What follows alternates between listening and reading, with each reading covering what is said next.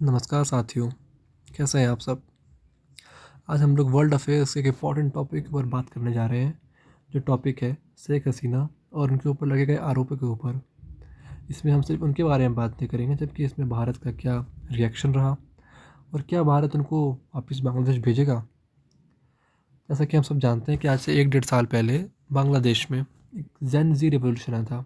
उसको अब जेन जी बोले या स्पॉन्सर्ड बाय सीआईए बोले या कुछ भी बोले, इससे फ़र्क नहीं पड़ता, क्योंकि इसका मेन जो रिज़ल्ट वो रहा, इसमें बांग्लादेश की उस टाइम की करंट गवर्नमेंट, उस टाइम की जो गवर्नमेंट थी शेख हसीना गवर्नमेंट, उसको ओवरथ्रो करके एक नई गवर्नमेंट आई, जो कि मिलिट्री और ब्यूरोक्रेटिक मिक्स थी। उस गवर्नमेंट के प्राइम मिनिस्टर चूज़ किए गए मोहम्मद यूनुस, ये हम सब जानते हैं। तो जब वो चूज़ किए गए तो उन्होंने उस टाइम में एक केस चलाया था शेख हसीना के ऊपर, जिसका रिज़ल्ट आज आ चुका है। इस रिज़ल्ट का मेन जो परिणाम रहा वो ये रहा कि उस कोर्ट ने शेख हसीना को मौत की सज़ा सुना दी है। ये हम सब समझ गए यहाँ तक। इसके आगे हम समझते हैं, आज इस वीडियो में ये जानेंगे कि उनके ऊपर क्या केस, क्या आरोप लगे, इसमें भारत का क्या रिएक्शन रहा, ये हम अभी जल्द ही जानेंगे।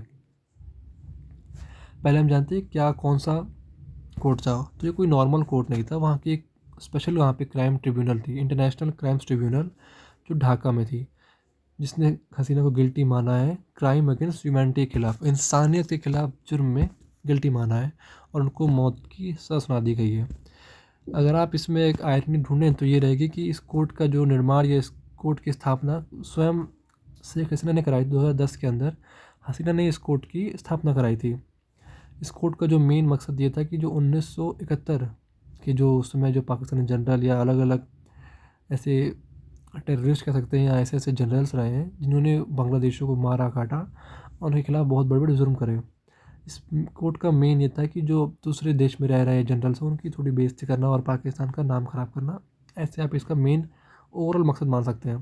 बट जो बांग्लादेश में रह रहे थे उनके खिलाफ तो एक कोर्ट ने केस सुनाए ही थे। ये हम समझ गए इस कोर्ट की पावर क्या है, इस कोर्ट के बारे में समझ गए हम लोग।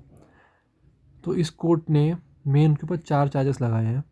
उन चार्जेस में से पहला चार्ज ये है कि हसीना ने मास किलिंग ऑफ प्रोटेस्टर्स कराया है। हम सब जानते हैं कि जब प्रोटेस्ट शुरू हुआ था तो शुरुआत में काफ़ी लोगों की हत्या करवाई थी।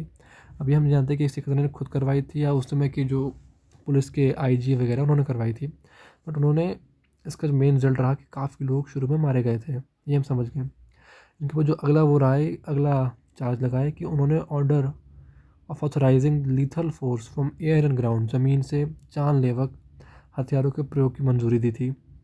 तीसरा, कुछ चुनिंदा लोगों की मृत्यु करवाई थी, जैसे ओपोजिशन में कोई होगा उसको मरवा दिया या इस तरह से। और चौथा, बॉडीज़ छुपाने के लिए बॉडीज़ को जला दिया या कहीं गायब कर दिया। ये मेन उनके ऊपर 4 आरोप लगे हैं। इन 4 आरोपों के ऊपर ही उन्होंने कुछ खोज किया। हम नहीं जानते ये कितना श्योर हो सकते हैं हम लोग, बट उसका मेन खोज किया और उन्होंने ये निकाला कि ये शेख हसीना ने गलती की है तो उनको मृत्यु दंड दिया है। अब मृत्यु तो दे दिया, बट क्या शेख हसीना वहाँ बांग्लादेश में नहीं। शेख हसीना पिछले 1 साल से भारत के अंदर रह रही, भारत और लंदन में आगे पीछे घूम रही है और ज़्यादातर टाइम वो भारत में ही रह रही हैं। तो क्या शेख हसीना को बांग्लादेश भेजा जाएगा, ये तो खैर समय बताएगा। बट जो अभी बड़े बड़े प्रोफेसर वगैरह हैं उन्होंने ये कहना शुरू कर दिया कि नहीं, ये बहुत ही कम इसके चांसेस हैं कि भारत से शेख हसीना को वहाँ बांग्लादेश वापस भेजा जाएगा, क्योंकि हम सब जानते हैं अगर भेज दिया फिर तो मृत्यु मिलेगी मिलेगी। तो under no circumstances India is going to extradite her, ऐसा किसने कहा है? Professor of South Asian studies. और सिर्फ उन्होंने नहीं कहा, काफ़ी हम लोग देख रहे हैं कि ऑनलाइन काफ़ी इंडियन बड़े बड़े जो कह सकते हैं प्रोफेसर वगैरह, उन्होंने कह दिया है कि ये मुश्किल चांस लग रहा है उनको वहाँ भेजना। बट हमारी तरफ से ये कह दिया गया है, बट बांग्लादेश अर्ज कर रहा है इंडियन गवर्नमेंट को कि हसीना को वापस भेज दिया जाए। सिर्फ हसीना नहीं, एक मिनिस्टर है वहाँ पर, मिनिस्टर कमाल खान, उनको भी वापस बांग्लादेश भेज दिया जाए ताकि उन पर और केस चले, उनको जो सज़ा है वो मिल सके। ये बांग्लादेश ने अर्ज किया है, ऑनलाइन आके अर्ज किया है और ऑफलाइन गवर्नमेंट के द्वारा एट गवर्नमेंट लेवल पे उन्होंने इंगेज किया है।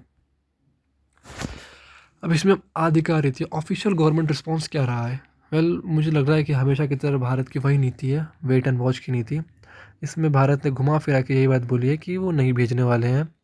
हम लोग डेमोक्रेसी की बात करेंगे, पीस की बात कर रहे हैं, स्टेबिलिटी की बात कर रहे हैं, बट जो मेन उन्होंने कहा है वो उसके ऊपर कुछ नहीं कहा है कि भेजेंगे या नहीं भेजेंगे। सो घुमा के बोला है कि हम चाहते हैं कि बांग्लादेश के लोगों का भला हो, अच्छा हो, जो कि हम सब जानते हैं आईआर की भाषा में घुमा फिरा के बात को बोलना होता है। ये आप जानते हैं बांग्लादेश का मैप है और वो एकदम चारों तीनों तरफ से इंडिया से घिरा हुआ है। व्हाट हैपेंस, हमने इसके ऊपर डिस्कस कर दिया, जस्ट अभी डिस्कस किया है।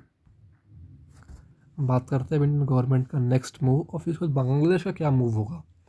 इंडियन गवर्नमेंट का मूव तो हम समझ गए कि वो स्टेटस को मेंटेन करेंगे, ना हम लोग भेजेंगे, ना ज़्यादा बातचीत करेंगे, बात को टालने की बार बार कोशिश की जाएगी। Government of India is less likely to response और give Sheikh Hasina from there, because इसलिए नहीं बता देंगे कि शेख हसीना के हमारे साथ बहुत अच्छे संबंध है, नहीं, ये मेन रीज़न नहीं है। इसका मेन रीज़न ये है कि शेख हसीना एक अभी भी बहुत इंपॉर्टेंट एसेट हो सकती है हमारे देश के लिए। देखिए, गवर्नमेंट ऑफ बांग्लादेश गिरती बनती रहती है, सिर्फ अभी नहीं, इनसे पहले भी वहाँ मिलिट्री coup हो चुका है, तो गवर्नमेंट फॉल एंड वहाँ फॉर्म होती रहती है। बट अगर कल को वहाँ दोबारा गवर्नमेंट बनती है तो शेख हसीना जिनको हमने शरण दिया है वो तो कर्जदार रहेंगी हमारी। अगर कल को वहाँ पे गवर्नमेंट दोबारा गिरती है तो शेख हसीना की जो रूलिंग पार्टी है, आखिरी पार्टी में ख़त्म हो जाएंगे झटके में, वो पार्टी मेंबर्स वहाँ पे रहेंगे ही रहेंगे। तो जब वो वापस आएंगी तो फिर उसको वहाँ पे जब वापस जाएंगे तो वहाँ पे हम लोग उनको एसेट यूज़ कर सकते हैं, वहाँ पे उनको स्टैब्लिश कर सकते हैं, उनकी हेल्प कर सकते हैं दोबारा गवर्नमेंट फॉर्म करने में। अगला मुझे लग रहा है, अगर बांग्लादेश को कोई बहुत ही ज़्यादा स्टेप उठाना पड़ेगा, ख़तरनाक स्टेप जिनको लगता है कि एकदम लड़ने के मूड में है कि इनको चाहिए ही चाहिए, तो वो ज़्यादा से ज़्यादा ICJ में मूव करेंगे। मिलिट्री में कुछ करना या कुछ उनकी बस की बात नहीं है, और वैसे भी एक रियलिस्टिक मूव नहीं है। मुझे लगता है कि ज़्यादा बांग्लादेश जो करेगा वो करेगा कि जहाँ से मूव ऑन करके वो ICJ में जाके केस कर देगा, जिसका वही है, अगर इंडिया जाके केस लड़ेगा तभी वो केस होगा। ICJ का हम सब रूल जानते हैं कि जब दोनों देश हाँ कहते हैं तभी वहाँ पे केस लड़ा जाता है, वरना नहीं लड़ा जाता। तो यही रहा आज की वीडियो में, यही सब था। आज हमने जाना बांग्लादेश से कश्मीर के बारे में, हमने काफ़ी कुछ जान लिया और हमने ये भी जान लिया कि भारत का मूव क्या रहा है। आप सभी का बहुत बहुत धन्यवाद।